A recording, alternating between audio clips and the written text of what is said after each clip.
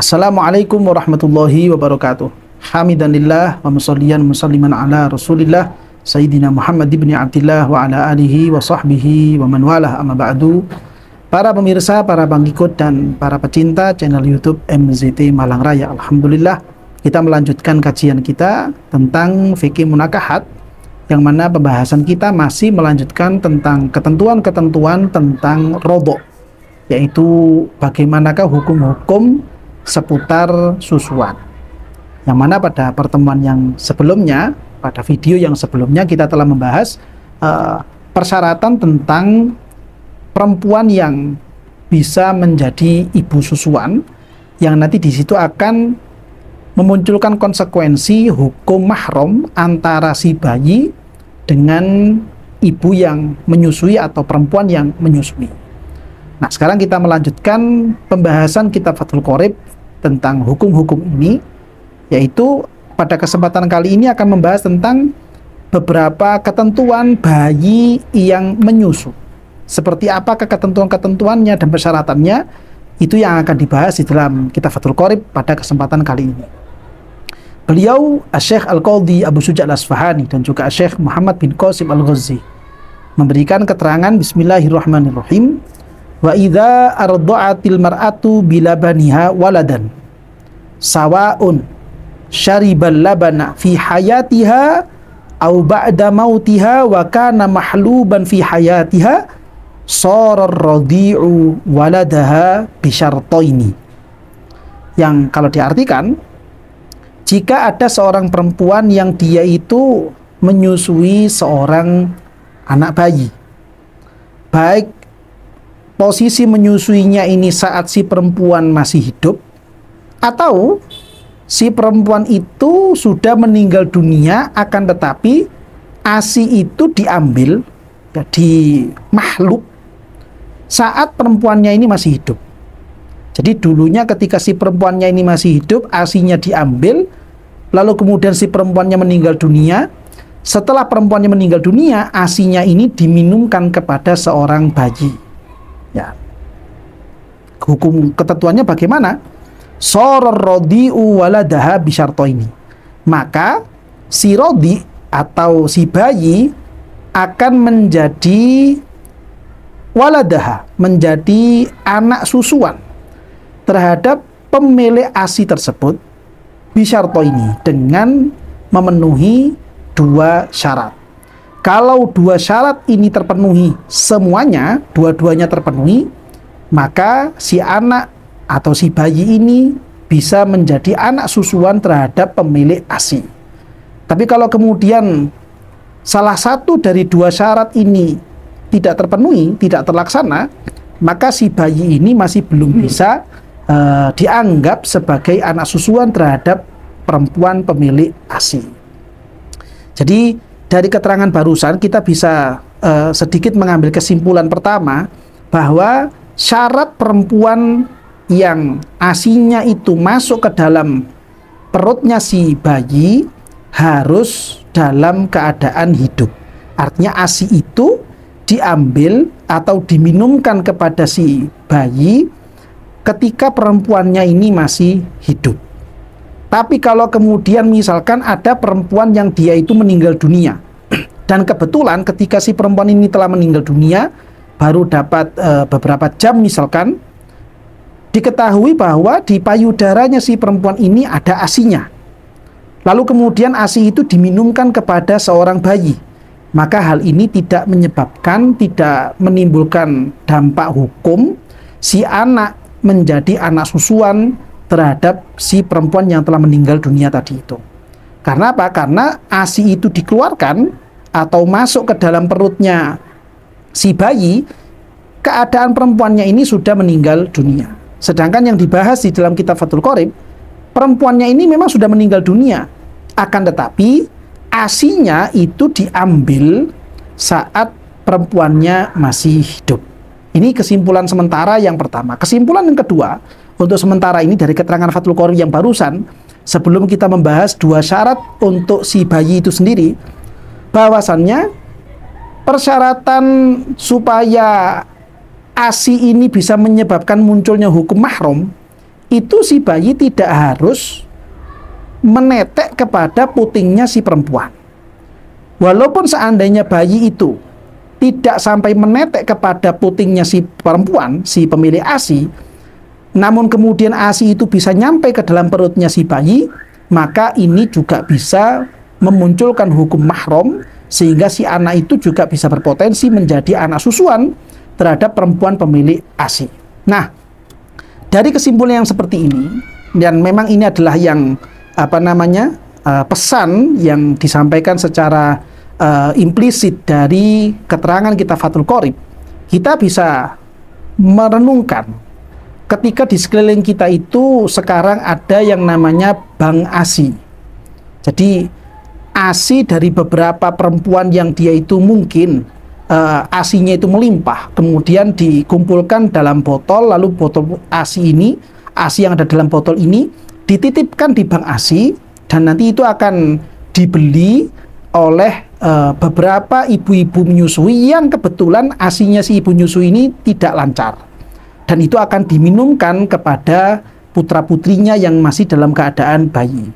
Ini perlu diperhatikan, karena kalau sampai kemudian ASI itu masuk ke dalam perutnya si bayi, dan kemudian se-ASI yang masuk ini memenuhi dua syarat yang akan kita pelajari di dalam kitab Fathul Qorib ini, maka si anak bayi itu bisa menjadi anak susuan terhadap pemilik ASI. Sehingga kita perlu mengetahui kira-kira pemilik ASI itu siapa, Fulanah binti Fulannya ini siapa. Karena apa? Karena nanti si pemilik ASI ini akan menjadi ibu susuan terhadap si anak. Bahkan nanti keterangan lanjutannya atau juga keterangan masalah mahram pada beberapa video-video yang sebelumnya telah kita bahas bersama, bahwa yang bisa menjadi mahram itu bukan hanya ibu susuannya, tapi keluarga-keluarga yang intisab kepada si perempuan itu juga bisa menjadi mahram kepada si bayi. Taruhlah misalkan si perempuan ini dia punya anak perempuan kandung. Jadi ada seorang perempuan yang dia itu juga punya anak perempuan, kondisinya bayi, lalu kemudian si ibunya ini memiliki ASI yang melimpah. Lalu kemudian sebagian ASInya ini dititipkan di bank ASI. ASI yang ada di bank ASI ini kemudian diminum oleh anaknya orang lain yang kebetulan misalkan laki-laki. Maka ketika ASI yang diminum oleh bayi laki-laki ini memenuhi syarat, yaitu nanti bayinya ini, si bayi laki-laki ini belum sampai 2 tahun, lalu kemudian sudah sampai 5 kali kenyotan misalkan, maka mau tidak mau nanti si anak laki-laki ini ya akan menjadi mahram terhadap putrinya perempuan pemilik ASI. Dia akan menjadi mahram. Kenapa? Karena ini menjadi saudara susuan.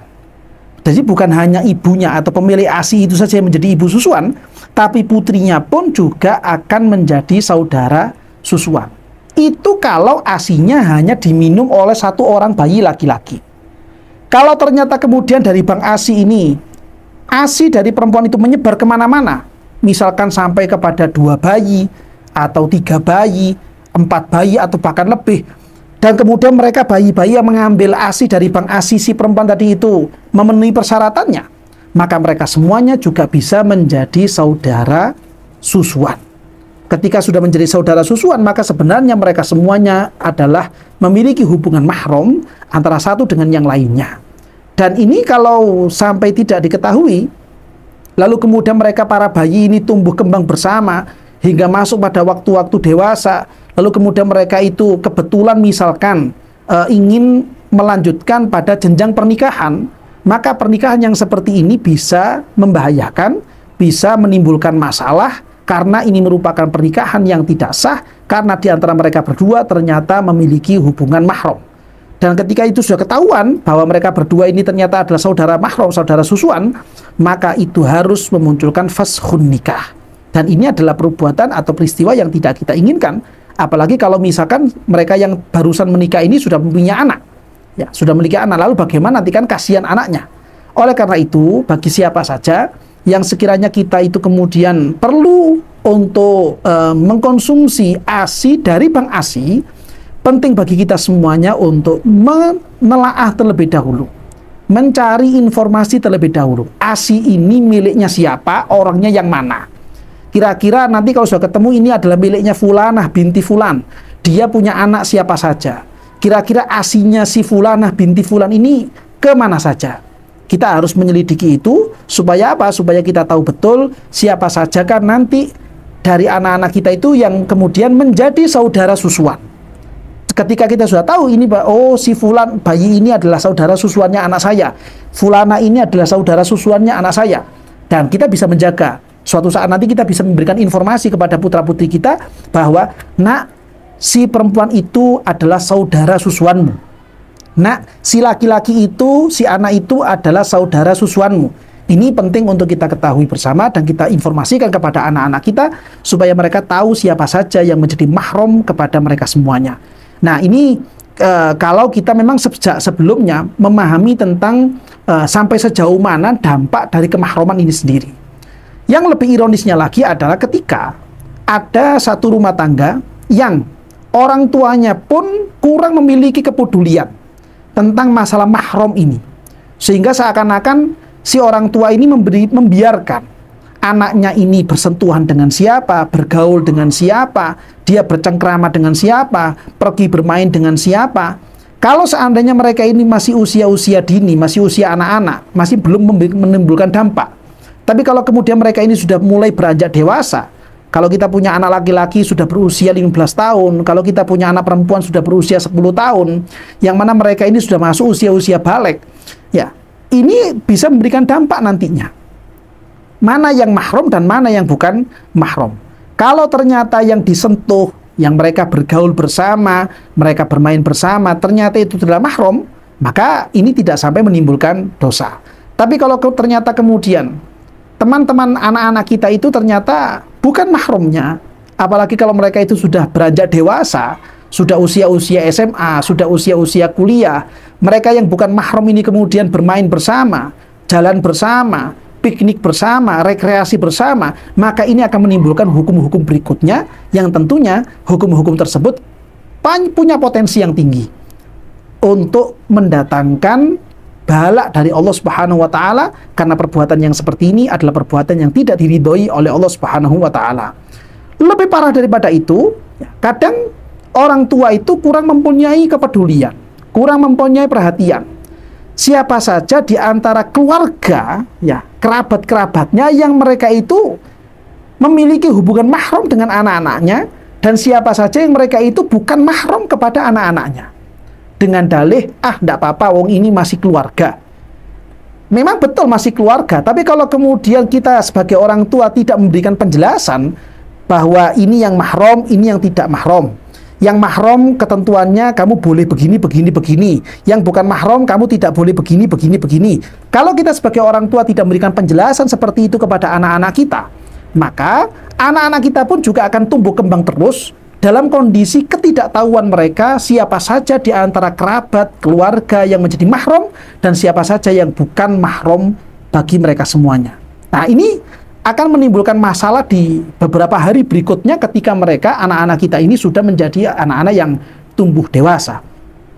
Lebih parah daripada itu lagi, ya, dari saking tidak tahunya tentang hukum-hukum kemahraman ini, berapa banyak kita menjumpai, kita melihat, kita mendengar orang itu salah di dalam menyebutkan istilah. Jadi bilangnya itu yang sering kita dengar, oh ini maaf, bukan muhrim. Nah, jadi bukan bahasanya sebenarnya itu harusnya kan mahram. Ini malah ngomongnya muhrim. Padahal kalau kita itu ngerti ilmunya, muhrim itu artinya orang yang berihram, sedangkan mahram adalah orang-orang yang haram untuk dinikah. Dan seharusnya dalam masalah hubungan lawan jenis seperti ini, istilah yang digunakan bukan muhrim, tapi istilah yang digunakan adalah mahram, bukan muhrim. Tapi entah kenapa kemudian istilah muhrim ini jauh lebih viral, jauh lebih mainstream dibandingkan istilah mahram. Ya, ini tentunya karena ketidaktahuan, ketidakmengertian seperti apa ilmu atau istilah yang sebenarnya.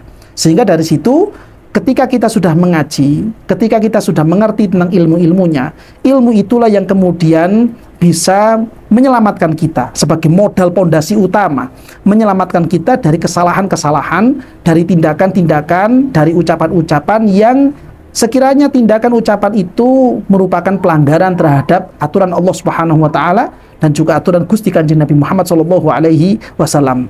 Kita lakukan ini semuanya, kita laksanakan peraturan-peraturan itu dengan niatan supaya kita bisa mendapatkan ridho dari Allah Subhanahu wa taala dan supaya kita bisa menyenangkan hati baginda Nabi besar Muhammad sallallahu alaihi wasallam, sehingga kita semua, keluarga kita, anak-anak kita betul-betul halal, betul-betul pantas untuk bisa mendapatkan ridho dari Allah taala dan juga dicintai oleh Gusti Kanjeng Nabi Muhammad sallallahu alaihi wasallam. Amin ya rabbal alamin.